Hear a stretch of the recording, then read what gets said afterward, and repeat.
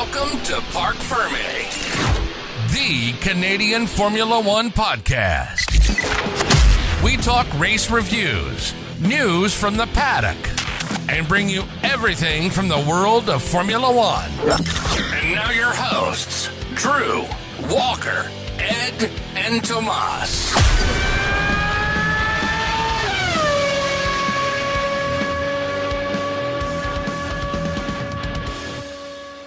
What's up, everybody? Welcome back to Parc Ferm, the Canadian Formula One podcast. We are here after the Brazilian Grand Prix, and it's been a minute because we haven't recorded a proper podcast in weeks, it feels like. It's been a while. Nice to see your faces. It is. It's nice to see you guys again. I missed you guys. Likewise. It's weird because I feel like it's not like I never felt like this day would come where I miss seeing your faces, but here we are. I know. Stranger things have happened, I guess. It's true. So we have a lot to recap. We were just chatting before we hit record whether we can actually remember back to the last race since we recorded, which would have been the United States Grand Prix over at COTA at Austin. I think we were looking forward to that race because it's always been a bit of a scene. What do you guys remember from that race? Anything? Anything of note? Thomas, I feel like you just said you don't remember shit. Actually, Thomas said it was boring. So, Thomas, maybe you can recall why it was so boring. Yeah, from what I remember, it was boring. To me, it didn't seem interesting. No real interesting events that I recall right now. So, nothing that Max really won. stood So out we'll get to that me. out of the way. Max won. Ooh, Max won. He won the other two races as well. For sure. So let's start there and then work our way down. Then Lando Norris hit a podium on second. That's beautiful. And then we had C Sainz, bro. Carlos Sainz pulling up fucking third place. That's brilliant. I don't know. That's not nothing. Is it a recap? I don't know if it's a recap. We're just trying to remember what the hell happened. And I think that, there was an opportunity for something a little different to happen, and it didn't. It was par for the course. Max won. It is what it is, I don't know why I can only speak for myself, but I don't know why every race I hope that there's something different that's going to happen, and then it doesn't. And no matter what happens on Saturday, the reality is Sunday's the fucking same. Mm-hmm. It is what it is. In-depth analysis. So since we can't actually fully recall what happened in the race, it's been a few weeks. We all have other full-time things going on, and we're just life happens, right? And sometimes we miss some weeks. And we had 2 of those in a row. So aside from the race, I did want to talk about the whole spectacle that is the Austin US GP, that is the Miami GP. They're trying to build an audience in the United States. And I feel like you just have all these teams just fucking blowing their load all over the United States of America, trying their best. Liveries and fucking stars and just going over the top with everything. And I don't know about you guys. I find it a little annoying. All these Texas liveries, like Williams. I think we talked about this in the chat or something like that. Williams had one of the most beautiful liveries going. They had that retro, martini-esque colored livery, and then they just throw some stars and stripes on it and just ruin it. Brutal. I guess my question is, do you think this pandering to the United States audience is A, is it working? B, is it turning off existing audiences? And C, have we seen enough of it at this point? My immediate reaction to it is okay, so let's take another race. Let's say Monza. There's a few times that a Ferrari will do a specific 50-year anniversary livery or something like that. But if you're trying to impress these new F1 Drive to Survive fans, they're not even going to know what the OG livery looks like. Who are you trying to impress? I think the only thing you're doing is upsetting, the real hardcore F1 fans. I get that, there's a whole new market in the US and they're trying to kind of cater to that. And Liberty Entertainment's doing its absolute best to appease the US fan base, which I think they're doing, because Americans love America, bro. They love that shit more than anything else. So you put some Star Spangled anything on that and they're about that. That's their ranch sauce. They put that shit on everything. You know what I mean? Mm-hmm. And I think there's a point where it just becomes gaudy and overdone. I think, Red Bull does it from time to time. Whenever they have a cool new livery, they'll make it part of a competition and they'll get people to vote on the red. I see the marketing aspect to it. But, Walker, you touched on a great point, dude. I truly think that Williams had one of the best retro liveries with that golf thing. When they brought that back, it was so class, dude.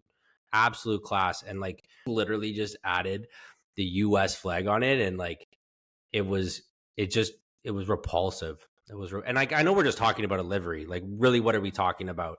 Like we're talking about quote unquote the paint job or the wrap job on a car, but like it's more of the principle that like what are we trying to accomplish here? You know what I mean? Like, you know, I want to have a little bit more of an in-depth conversation on this a little bit later, but like the atrocity that's happening in Las Vegas right now. Don't like even get me fucking started on Vegas. Oh, like, we are about to get started. We're gonna talk about that later, but I just think 100%. We're gonna save that. We're gonna save that after the little recap. But yeah, I just want to hear what Thomas has to say about these kind of unique liveries, because I know he's gonna pop off right now. No, I'm going as in depth as you, but is Liberty Media succeeding in US by doing all these races and stuff? Yeah, I'd say they're bringing in a fair share of new people, and they're definitely splashing and you know, getting the sport out there. Do I like it? Not really. I think it takes away from the European aspect, and again, I get it, why money and, you know, bringing in new fans, but it just seems a little bit over the top. I did notice, you know, just what we were talking with the liveries. It's, you know, why? I get it. America is great. We all get it. You know, they think they're the greatest, best in the world. But in my opinion, eventually, you know, enough is enough. They have to tone it down a little bit. But again, it's the U.S. Is that going to happen? Probably not. Do I think they're doing a good job in bringing in new fans? Debatable, yes and no. But again, I agree with what you, Drew and Walker said. They're going. They're splashing out, and it feels so different watching, you know, Miami GP from, I don't know, Mons or something like that. Just two different vibes, and to me personally, like the European tracks, European vibes are just way more, I don't know, I guess classic, way more unique, way more traditional. How can I put? Yeah, way more traditional, exactly, and I like that way better. I think the American ones are over the top. As for the liveries, me personally, I don't care too much about it, but it's a bit ridiculous going to US bringing a new livery every time. It's, come on, man. Like, do we need that? No, we really don't. I think it's the teams are probably having a little bit of fun too, and showing the audiences, you know, what they're capable of, or what they want to show off. Those are my thoughts. Well, it's less about the livery. I mean, the livery is a symptom of, you know, what else is going on, right? It's just a byproduct of like this drive to appease certain markets and grow in certain areas. And, you know, I have to take a step back and ask myself, like, are we just like the purists? Are we in the minority here that don't love it, that, you know, they're changing my sport, you know, like we're kind of like curmudgeon-y, like old like fans that just don't want to see any change? Because maybe that's just us, right? Maybe that's just like the hardcore contingent, but, you know, you don't want to alienate that contingent either. And I think, you know, moving into the following races, we had Mexico, then we had Brazil. Brazil was a sprint race, right? And we've had this debate all year long, right? The validity to a sprint race, and really what does it add, right? And I think Liberty Media and Formula One right now are really walking a fine line between entertainment and sport, right? And I think they're really like veering towards that entertainment side of things, right? And when we're looking at, you know, one of the things that was kind of brought up during the Brazilian Grand Prix, and I guess it was Coda as well, they had a sprint race, did they not? I believe they did, right? And you know, it's there, and it's an extra race, it's extra track time, you know, more seats, more TV time, all that stuff. I get that, you know, but at the same time, you know, teams are also compromised in their race setups, right? They have one practice session, they have very little time to get their setups correct, right? And I understand everyone's operating under the same conditions, right? But are you then sacrificing the sport for the, you know, let's call it quote unquote like entertainment value of it? And is that the right move for the series? I don't know. It's a tough question. I like when we all address this. I liked where this was going with the sprint, and I get it, you know, entertainment value and everything. But at the same time, you know, and we talked about this, it's fun, but I'm glad it doesn't happen every race. I wish certain tracks had it for sure, but others I could care less for. Is it taking away from the actual race? I don't think so. I think there's still entertainment in watching the sprint and enjoying the whole race. Yeah, I think I answered your question as best as I can, Drew. You know what? It's growing on me. I was very against the sprint. Like I was under the notion before of like, why mess with a good thing? But I can understand, and something you touched on, Walker, is that like it doesn't happen every race, which I'm cool with, because like the purist in me that like wants Friday practice, Saturday quali, Sunday race. Like I do enjoy that. But having something else to watch on Saturday that's like a sprint race is quite entertaining. And like Friday qualies kind of sucks sometimes because of where we live in the world in terms of like trying to be able to catch qualies for Sunday. But to wake up on a Saturday and have your sprint shootout, which are your sprint qualies, and then your sprint race that day, because like some days I got stuff going on Sunday, and Sunday does no longer work for me in terms of watching a race. So I get myself like a quick little race in. It's entertaining, and I think the carryover from the sprint race is that like the management of tires becomes a big thing on Sundays because they have allotted times and tire. I just think that it just adds a little bit of spice to the weekend, and like you got people who crash out on the sprint races, and now they have to, it just adds a whole new element of like their team having to fix everything on for a Sunday race. And do I think it's a perfect system? No. Do I hate it? I used to. I don't anymore. And I think it's definitely grown on me, and I'm cool. Like the sprint race, you had a variety of things happening. Chuckles LeBuckle's putting it to the wall, like on a formation. Like just the entire weekend was just wildly entertaining to me. And the race wasn't the best in terms of like quality of race, but like the whole weekend I was entertained. Like I was not upset with like what happened in Brazil. It did not burn my weekend. So I guess kind of summarize that, like the sprint races have grown on me. I'm cool with them now. Okay, here's another question about the sprint races. Are the sprint races in their current format ruining the main race? Because essentially what you're seeing is a preview for what the main race is going to be. So I think over the last few sprint races, they've delivered not a lot of different results. Going to be successful outside of like a crash, outside of like maybe like you knew those Mercedes were going to get just fucking crushed on the straights, right? You knew Lando was going to get,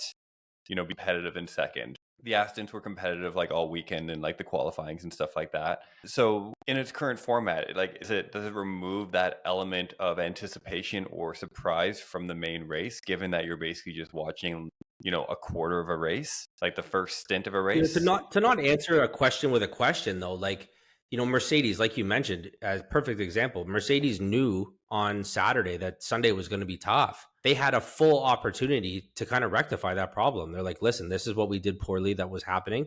Let's fix it for Sunday. They didn't, this weekend, but like hypothetically, they had an opportunity to. So like you literally get a free trial the day before.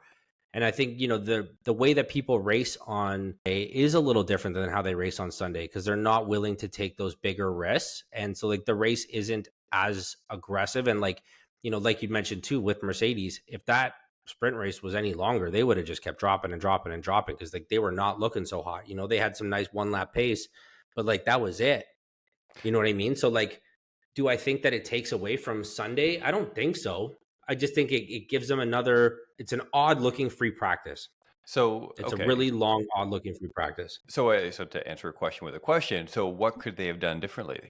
Right? Your car is set. You can't make any changes. Like I think personally, like if we're going to make any changes to the sprint race, I think you should be able to make setup changes to your car post sprint race, right? Right now after FP1. Yeah, that's right, because they go back to Parc Ferm after. FP1, you're right. Yeah, FP1 right. They're in Parc Ferm, right?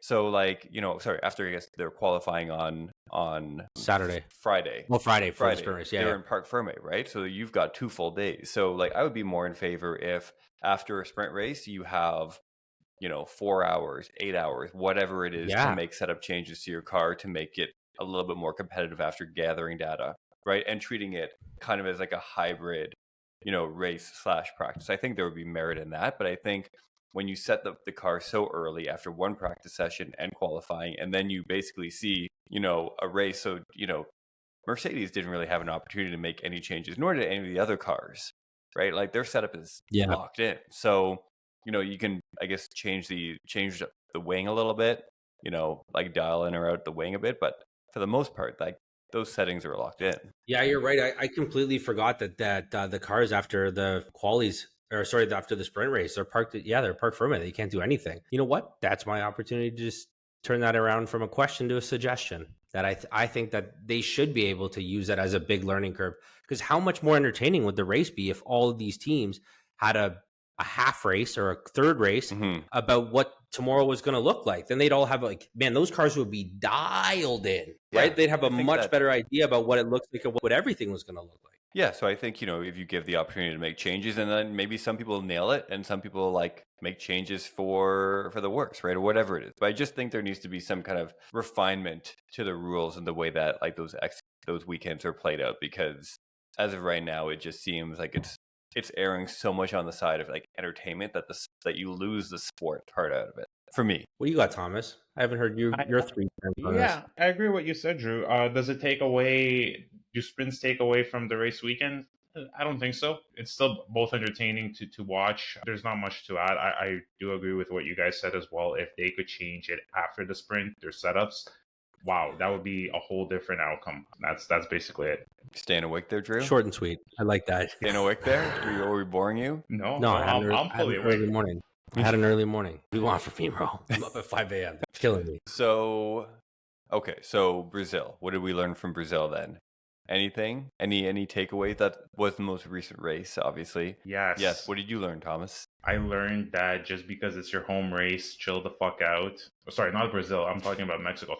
Brazil. I love Brazil. Was an amazing race, and wow. That's a good segue because I saw what you did there. I saw what you did. No, it was awesome. One thing that really stood out to me personally, Aston Martin's downgrades actually made them better. They're actually competitive again. They removed all their upgrades.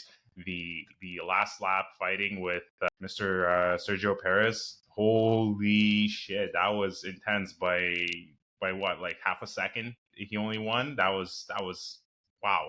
Don't remember when the last time I saw that. Qualifying was pretty fun too, or the sprinter qualifying when the weather got really, really dark. They didn't go out anymore, so that was interesting to see as well. Overall, I loved it. I really, really wish there was more races like that. Was very competitive. I don't know if Drew or Walker, you said it wasn't very eventful. To me, it was very eventful, and I absolutely had a blast watching it. Well, I think that the quali session on Friday, because that rain came in, the last 4 minutes got pooched. Our homeboy Lance Stroll was able to stick up a little bit higher on the grid, which was just dumb luck. That's just nature doing its thing. But I will give him full credit. He stayed up there because he had every opportunity to shit the bed and he didn't. And so I'll give him all credit on that. And I thought he had a great race. But what did I learn about Brazil? Machine Gun Kelly's an absolute idiot. I love Martin Brundle's grid walk. I love the grid walk is wildly entertaining for me. I don't know if you guys find it the same entertainment value that I do, because he's like, a lot of these, North American entertainer people are new to the F1 thing, but they're all jumping on the F1 hype train. And so like you got guys like, Machine Gun Kelly. Dude, Martin Brundle has no idea who the hell this guy is. But you got a 6'5" blonde guy wearing like a yellow fucking tank top. And so he's like, this guy's got to be important. Dude, that interview was just cringe, bro. What was it? Absolutely brutal. Explain it. Oh, Break dude, it you down. gotta watch. Do yourself a favor and Instagram this like interview that he has with Machine Gun. It's absolutely brutal. But that's not the first cringe interview that Martin Brundle's done, and I love him because he's got that little English sass in him that like if they give him any sort of grief, he's like, well, I won't have you on my Christmas card list this year. And like he just has like a little quip that he puts in. I think he's an absolute fucking genius. And like anyone who watches Formula One in any capacity gives Martin Brundle absolute like royalty status. You know what I mean? Mm-hmm. So like if you were a true fan of the sport, you give Martin Brundle the time of day. You know what I mean? Like if Christian Horner and Toto Wolff are doing the grid walk, they give him the time. Like if guys of that stature are giving him the time, Machine Gun Kelly, you little queef, you absolutely should be giving him the time of day to just give him a legitimate interview. You know what I mean? I don't know. Just my 2 cents. But that was wildly entertaining as well. Thomas? Yes. Yeah. What did we learn? I don't know. Like, what do you want me to say? It was a fun race. I didn't watch that interview. I wish I saw that interview. Now I'm definitely going to do that. Fair enough. Yeah. Okay. We'll leave it there. Should we segue right back to Mexico? Because I know Thomas is pumped about that first left-hander or the first right-hander, though. You know it. All right. Pick it up, buddy. Go for Everyone knows it. That's all you, dude. Thomas, take it away. All right. So what we learned from Mexico. What we learned from Mexico is just because it's your home race, fucking keep your head cool, don't fucking rush like a fucking idiot and make a big fucking mistake and be out on the first lap. That was cringe to watch. I felt embarrassed for Checo watching that. I get it, home race pressure and all that stuff. Yes, Walker. Question. What was more cringe? Going out in the first corner 2 races earlier. I'm gonna or equal cringe. Yeah. I think that Checo. I think that anyone, okay, if you're going 3 deep, 3 wide into the first corner, the guy on the outside never wins. Rule number 1. Just like that's like, I don't know, where did Checo think he was all sauced he thought up? He was gonna go first. He was all fucking. He wasn't going to go first. He had no chance of going first. I know, but he thought he was gonna go first. Obviously, that didn't work out. Okay, sorry to interrupt, Thomas. Keep Okay, going. let me ask you guys this. And are you done with it, or do you guys want to keep hammering on Checo? I want to talk about how nice Checo looked in Brazil. Like, he looked healthy. He looked good. Like, are we going to talk about, like, I know we've been shitting on Checo all year, but I think, like, he has earned 5 minutes of his praise in the last 3 weeks. Because really, since one of those early desert countries, he hasn't done well. One of the early desert countries. Which one are they all the same to you? There was sand. I don't know if there was a castle. Who the fuck knows? Was it a camel somewhere in the distance? Or was it Miami? Oh. I don't even know. When was the last time Checo won? The fact that we have to think about this is a problem. Yeah. Still. Right? If you're in the best car on the grid, I think we need to have this conversation more often, and we haven't. But, like, Checo looked nice. He was back to the Checo of old. He looked really good, confident in the car. He was, like, patient when he needed to be, going into the turn. Like, watching him and Fernando Alonso was probably some of the most entertaining racing I've seen this year in terms of, like, back-to-back. And, like, they weren't passing each other. Checo was, like, super patient. He knew that he had a better car and, like, waited it out. He did a couple of the last moves. And then Checo, I think, went deep into T12. And, like, that's where Fernando had an opportunity to kind of go over. And, Fernando flexed his old man muscle a little bit and just kind of showed, Checo about, like, why he's been a great driver for so goddamn long. But it was just good, impressive driving. And, like, the boys from McLaren did okay. Well, I know Piastri had a couple of bang up issues at the front of the race, like everybody else. And I'm glad nobody got hurt in Brazil, because, like, that looked pretty nasty. And then we had the wheel rolling down the track, which I thought was pretty fun. And I saw a meme that said this single wheel had gotten further in the race than Charles Leclerc. I feel bad for Charles Leclerc. That was no fault of his own. Yeah, nah. I legit felt so crushed when that happened on a formation lap out of all laps too. That was like, man, this guy legit cannot catch a break, man. Although, it was going to happen to him. There's no one else on the grid that would happen to. Yep. Yeah, no, for sure. And so let me ask you this. And I heard early from the race that it was a hydraulic problem, that the hydraulics quit on him. Did you guys find out what actually happened? Because I heard that might not have been the issue.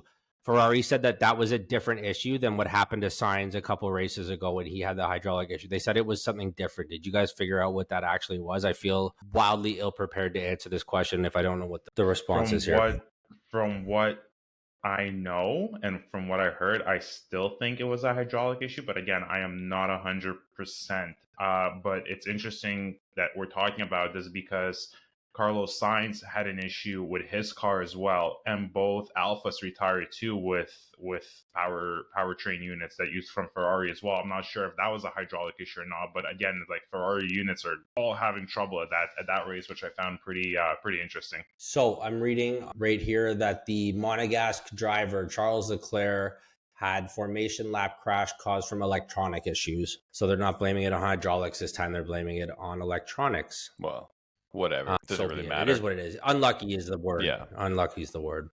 Yeah. That was Brazil. Now we've got a couple of weeks off and we're headed into the fucking shit show that's going to be Las Vegas. What a fucking disaster. Everything. Travesty, bro. This is a mess. Everything from the track to the setup to the prices to the fact that it's being broadcast at like 11 p.m.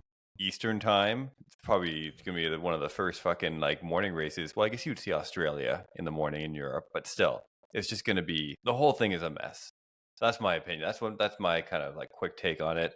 Drew, you've got some strong. So I had one of my friends at the office. He was just down in Las Vegas for a real estate conference, and he was down there and he was telling me all about, like, what it looked like now. And, like, the strip is the strip, and it obviously looks wildly different right now. No one could walk on it because they're repaving it, at least when he was down there. And we got all of the water that was in the Venetian was all been drained, and these are all now been replaced with what at the time he said was growing grandstands. So every couple hours you'd see them go up another level, and they're making the grandstands for all the fans and stuff. And it's really doing a number on Vegas, you know. And my wife actually had a friend that was down there like very recently, like came back this week, and Vegas has pretty much been put on pause.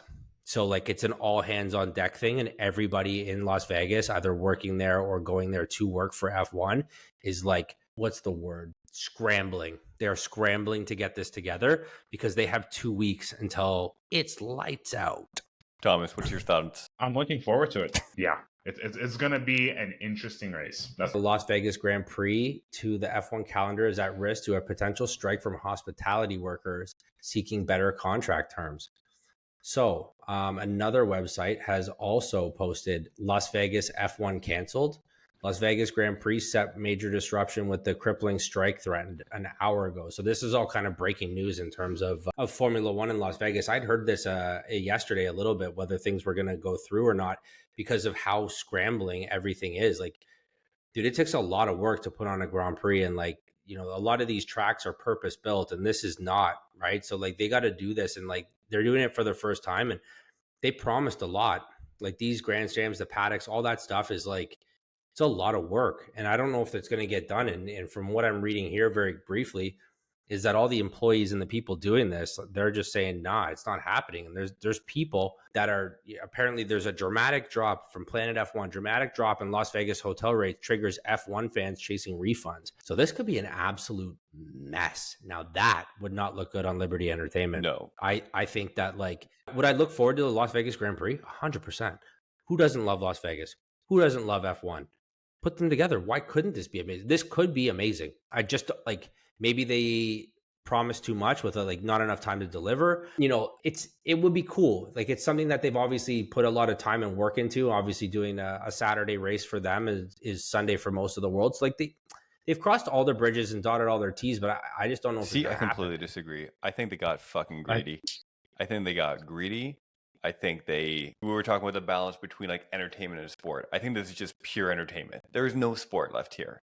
All right. This is pure entertainment. This is fucking greed. This is like charging exorbitant amounts of money for like packages or tickets, because I think the only way to, correct me if I'm wrong, but at one point I believe the only way to watch the race was to buy like packages through some like the different hotels or resorts that were kind of surrounding the track. I think So they were selling 3-day packages as of yesterday. There's a lot of tickets that have gone back on. So I saw yesterday 3-day packages for Friday, Saturday, Sunday are going to be $1,660 USD was the average ticket price for grandstands, which is $1,000 more than the average anywhere else in the world. For sure, at least. And I think so. I think it could have been an amazing race. I think they could have put on a really amazing event. I think to shut down the entire strip, to build like a racetrack around the strip is very ambitious.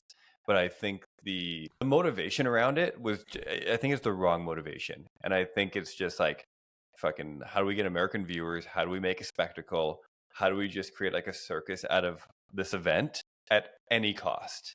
And I think that's why they're having, and I think, unfortunately, I might be wrong. Maybe I'll be wrong, but maybe it'll be the most amazing event ever. But I think the legacy of this first Las Vegas event, in my opinion, will be that it's about entertainment, and Liberty Media just got fucking greedy. Right. And I don't know. Your language before. The only language you should apologize for is fucking Lithuanian. So, we'll see. And the other thing that really pisses me off that's fucking up my Sunday morning schedule. Same with like the American races, like on the continent.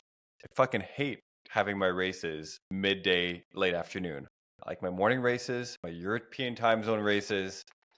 It just works better for my schedule. So fucking turn it back. I'm with you. I love to get up at 7:30, 8 o'clock. Race is on by 9. It's done by 11. I get to watch the post-race interviews, and then boom, I make some lunch. I'm on my day. I have my whole day ahead. I got to be up at fucking 1 a.m. to watch this shit. Fuck that. Yeah, supposed to be you guys. I'm at 8 a.m. for us local time here. So you're going to be living the dream, Thomas. Hey, you're grooving, dude. Yeah. All right. So that's coming up a couple of weeks. We got a bye week next week. and then we will see what happens in Vegas. That's why we wanted to put this episode together for you guys, because like if we didn't do this one, what were we doing? Were we canceling the podcast? I thought it was like 6 weeks. I don't even know you guys. Walker could have 4 kids by now. What was going on? I don't even know what's happening. Bro. We are and back. Thank you for anyone who's listened to this. The one thing we cannot do an episode without is our favorite game. I feel like it's still sweeping the nation, even after a little hiatus. Name that sponsor. I'm going to name a sponsor. You guys are going to tell me what they do and also which team they sponsor. Might be a little bit rusty because it's been a few weeks. You're out of practice. I feel like the last one we did, I feel like we were 2 for 2. I feel like we're getting on a roll, but now we'll fucking see. I think it's been so long that we might have new sponsors on the car. We could do a whole new show. So we're going to start off easy, rolling off the inspiration of Vegas. Sponsor is Stake, Stake. Alfa Romeo and you're right. It's Alfa Romeo and it's a gambling website. We'll give you that one. There you go. That's your first point, first right, full point ever. Well done, man. Okay, next sponsor is Dell, Dell. Dell. Ding, ding, ding. That's a computer manufacturer, and it's on McLaren. Fucking out of the gates. 2 for 2. Who said you were going to be rusty? Yeah. But prove me wrong. These one was too easy. Boys, any last words? No, this was really nice. It's good to be back with the boys. I'm pumped to get some more stuff going. I will definitely start being a little bit more active on the socials and get some content going back on the Instagram feed. So keep an eye out for that for anyone who's listening, because I'm going to get some more more good, content man. You're doing going. a great job.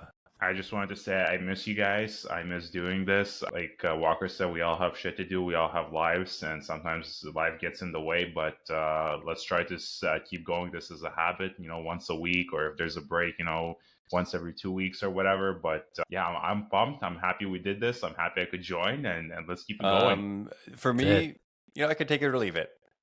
So that was Parc Ferm, the Canadian Formula One podcast. Join us next week. Or don't. I don't know. But, or not. I'm just kidding. Thank you for joining us. Be sure to subscribe for new episodes whenever they happen to come out. We generally are pretty regular with this stuff. So stay tuned. Subscribe. Tell your friends. Leave a review. All that good stuff.